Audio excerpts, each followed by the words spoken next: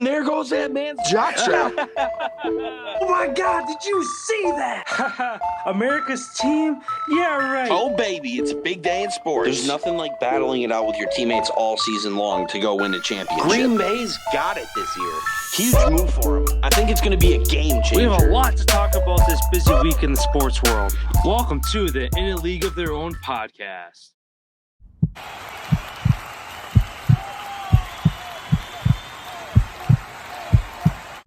Hello, everyone, and welcome to Friday's NFL segment here, diving into some of the trending things around the NFL world, starting with this weekend. We have the divisional round playoffs, 4 games on the slate.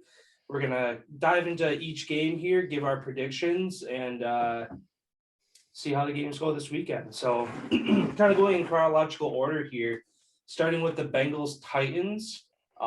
What are kind of your key things you're going to be looking at for this game for either Joe Burrow or King Henry in his return to get the win?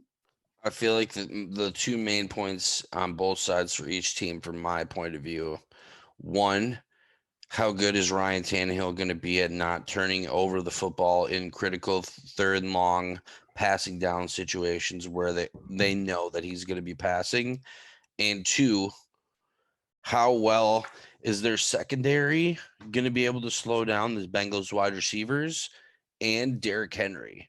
Obviously, he's coming back. People know he's going to be going good, but traditional Derrick Henry style, if he starts slow, it usually takes him a while to get going, which at that point could be too late if the Titans secondary can't slow down the Bengals offense. Then Bengals side, are they going to keep playing with no fear? Are they going to keep not flinching in the moments where they need to go make a crazy play and they make it to keep the sticks moving, to keep the play alive, whatever the case may be? And two, defense. How is their defense going to be able to obviously slow that running game down and turn it into a Ryan Tannehill show? I think the Bengals pull it out in this one. I'm just 31-28. I think they win on a field goal late. Burrow drives the field. Yeah, I mean,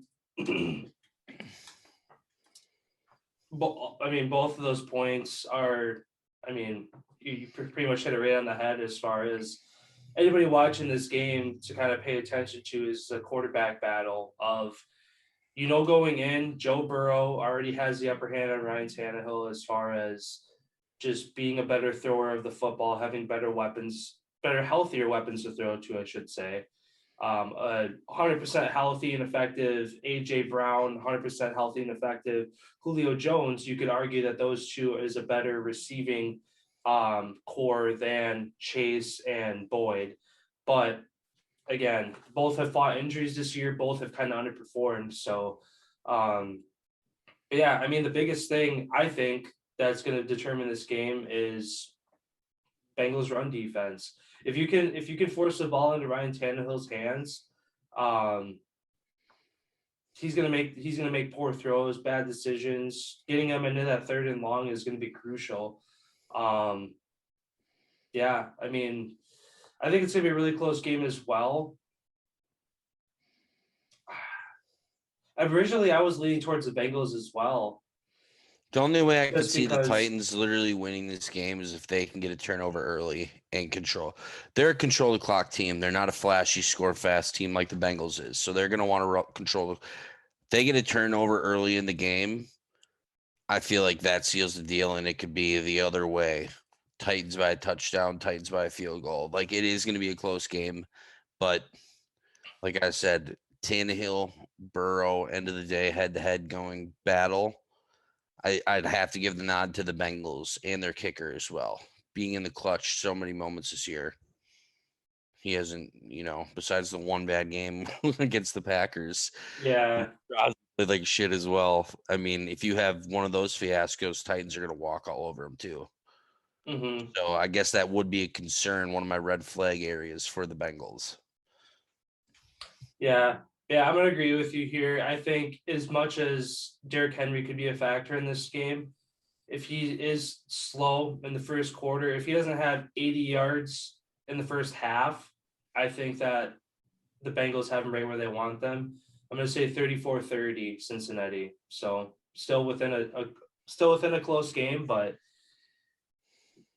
yeah, I don't know. I mean, Titans again coming off a bye week. Bengals have a lot of momentum, a lot of energy, getting their first win in 30 plus years.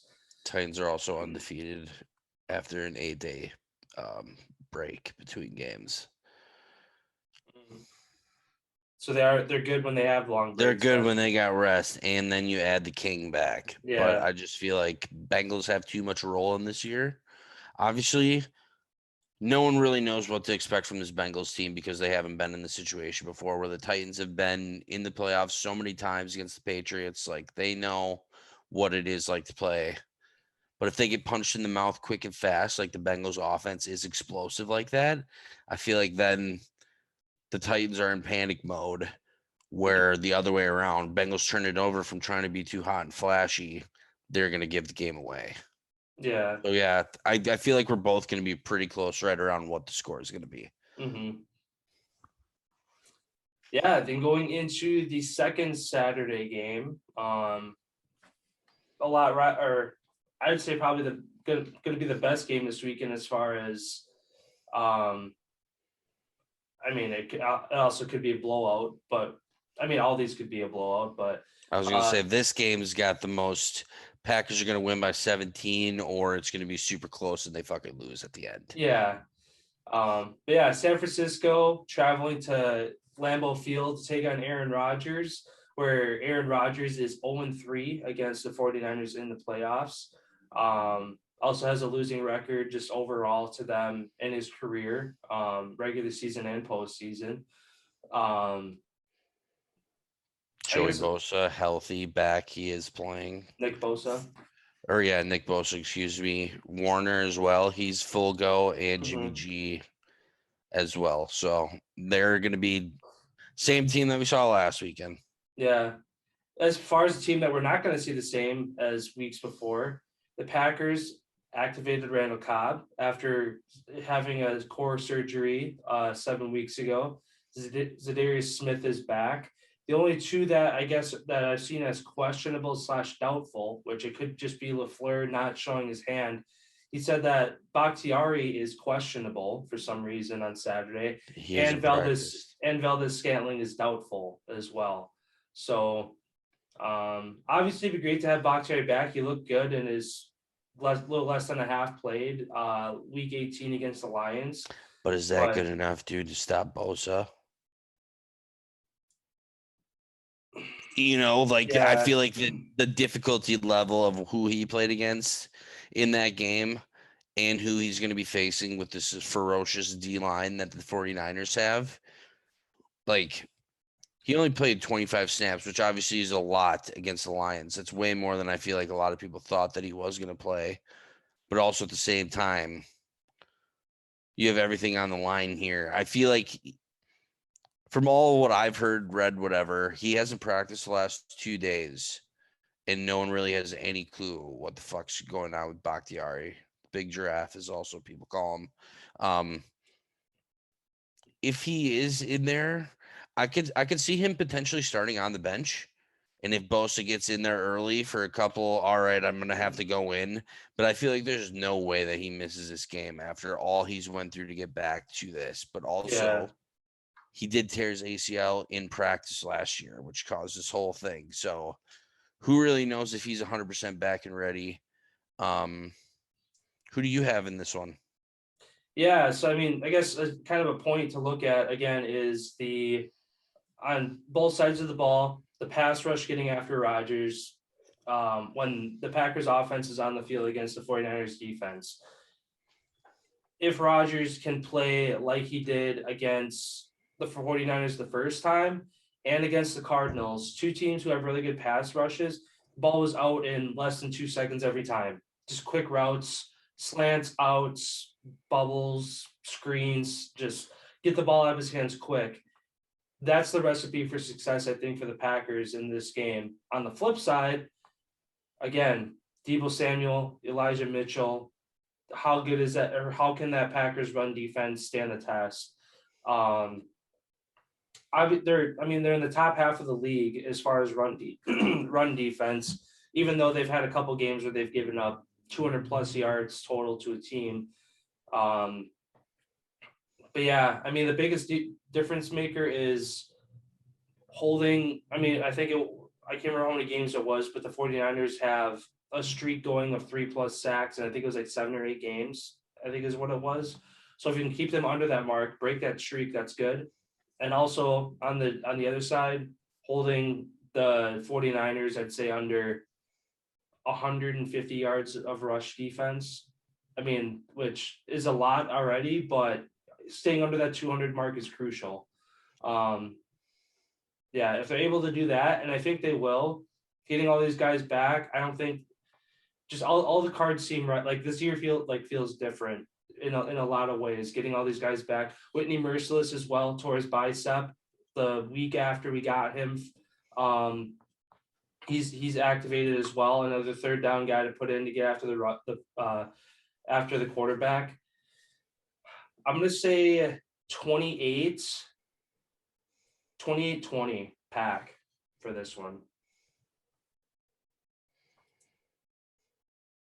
Yeah, I mean, what it comes down to for me in this game is, like you mentioned, can we stop their running game? Also, George Kittle hasn't had a breakout outstanding game in a few games, and he's due for one. That's one thing that always has been big issues for the Packers defense as well, as stopping the run. We're 31st in the league of rushing yards before contact, which is not good. Obviously, the way that our offense is, teams haven't been able to stick with the run all game long, and that's why we're top 4 for rushing yards allowed per game, is because teams can't run on us if we continue to score points. Yeah. But if they're hitting us at 7-8 yards a clip, that's not very good every time that they touch the ball. So that's the one area that worries me. One thing that benefits Jimmy G never has played a game in below 32-degree temperature ever. So he's going to be facing the frigid cold. Who knows how much of an impact, obviously, that's going to have. Obviously, a little tougher on the breathing. Ball feels a little bit more inflated, a little bit bigger. And with his thumb being still that issue and a banged up shoulder, who knows what we're going to see out of him. I feel like if we can put the ball in his hands, and he almost pissed away the Dallas game, if we can get him in that same situation where they need to throw the ball, we're going to win this game 100%. And then offensively, I guess the only thing that really concerns me is not taking our foot off the gas and not relying on one aspect of our game to win the game. We've been the best when we've been a run it, pass it team. Not when we've had to go pass, or run. Whenever we get one-sided, I feel like that's when the Packers, we take our foot off the gas and teams just fucking punish us for that. Obviously, with all these guys back, that's huge impact, getting all those guys back. Especially, I'm curious to see what the rotations are going to be this weekend now that you have Merciless back, who's an outside guy, Za'Darius, who's an outside guy. You have Alexander, one of the top corners in the league, back. You move Stokes to the inside. Like, there's so many different combinations and stuff that we can do now with all of these people rested and back on our defense.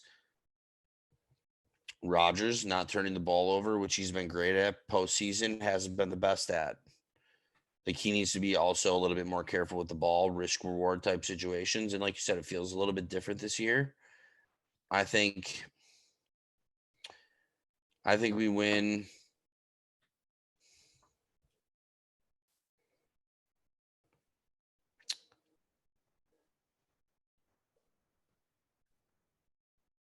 24-20.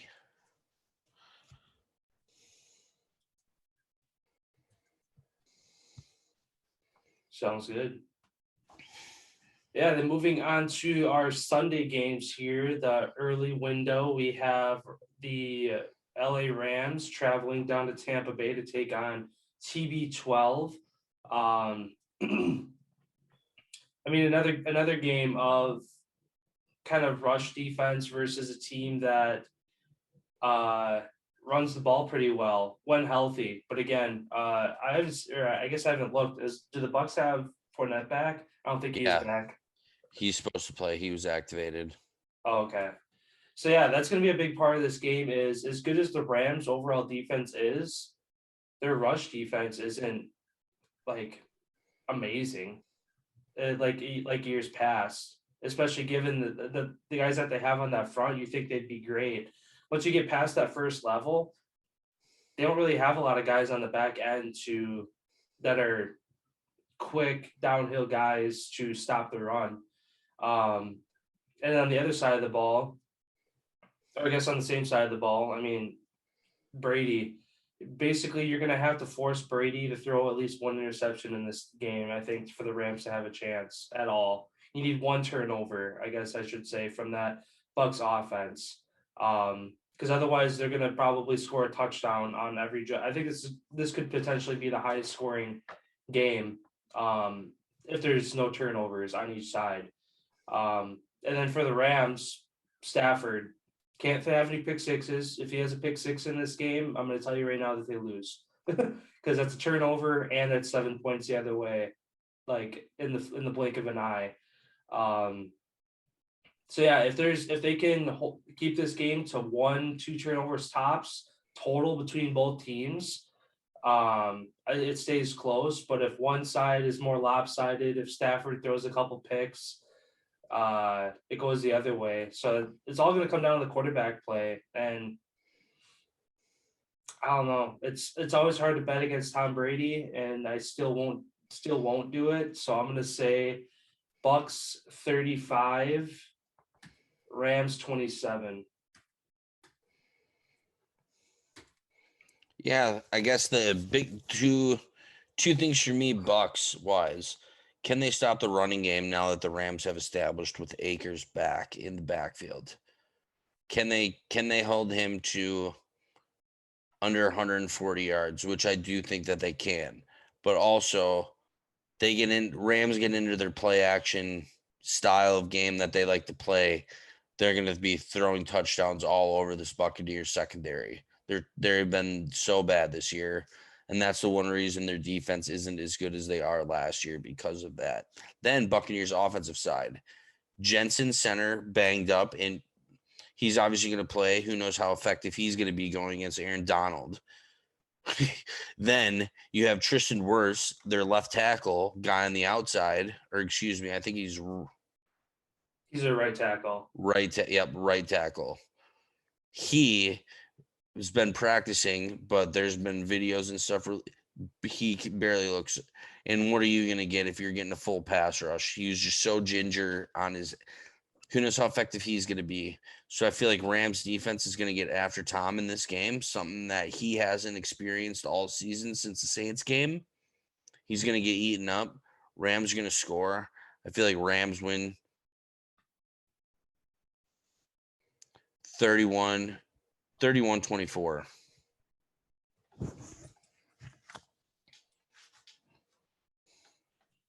Sounds good. And then going into our last game here, a AFC Championship rematch from last year, Buffalo heading into Kansas City. I'll let you take first crack at this one. What are your takeaways for this one? This game, I feel like it's all going to come down to the running game on both sides. Both quarterbacks excellent. Both teams have excellent wide receiver weapons, tight end weapons that are just unbelievable. Bills nod to their defense as their number one. Mahomes, obviously a little bit more electric because I can give him the nod in this situation due to he already has been there in the playoffs so many times. He's won a Super Bowl. He knows what it's like to play in this moment. Allen fell short last year. Obviously, this year feels like they're a little bit of a different team as well. I'm going to say this comes down to the running game. We see Josh Allen continuing to run the powers, the sweeps, the draws up the middle for 15 yards of carry. Bills grind control the clock. I feel like Chiefs try to push the pace too much against this excellent defense. Bills, I feel like, win this game due to a few Mahomes turnovers. I think this is going to be a high scoring game here. 33.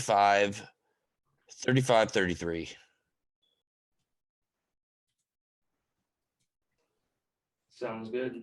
Yeah, I'm in the same boat as you as far as, I mean, like pound for pound, Mahomes is the better quarterback, but what Mahomes doesn't have that Allen has, that, as you touched on, is going to be a big part of this game, is the design quarterback runs that he just absolutely destroyed the Patriots with last week. So, and then, I mean, again, circling back to the Bills having the first ever perfect offensive game, no punts, no turnovers, no fourth downs, no field goals, absolutely flawless game. I don't see that happening again, just because I think the Chiefs are overall a better team than the Patriots. But as you also touched on, Patrick Mahomes, they're going to put the ball in his hand a few too many times. When it comes to a shootout game, it's quarterback, dual back and forth. You don't see a lot of the run game, which honestly I think the Chiefs have a little bit of a better run game, just because they utilize it more. The Bills have Zach Moss and Devin Singletary, both guys that, I mean, they're not top 10, but combined, they're a good 1-2 punch that the Bills don't use often enough. So if it comes to a ground and pound game, Chiefs have the upper hand, but it's not going to. So I agree with you. Mahomes, 1-2 turnovers, just that offense in general, 1-2 turnovers is going to be enough to give the Bills a win. I'm going to say Bills 38, Chiefs 31. I'm going to bump mine 38-35. 38-35. Yeah. I feel like it is going to be touchdowns, not field goals. Mm-hmm. That concludes today's NFL segment and our divisional round predictions. Be sure to head over to our NBA segment where we dive into the Lakers' struggles and the Nets coach who interfered with Wednesday night's game.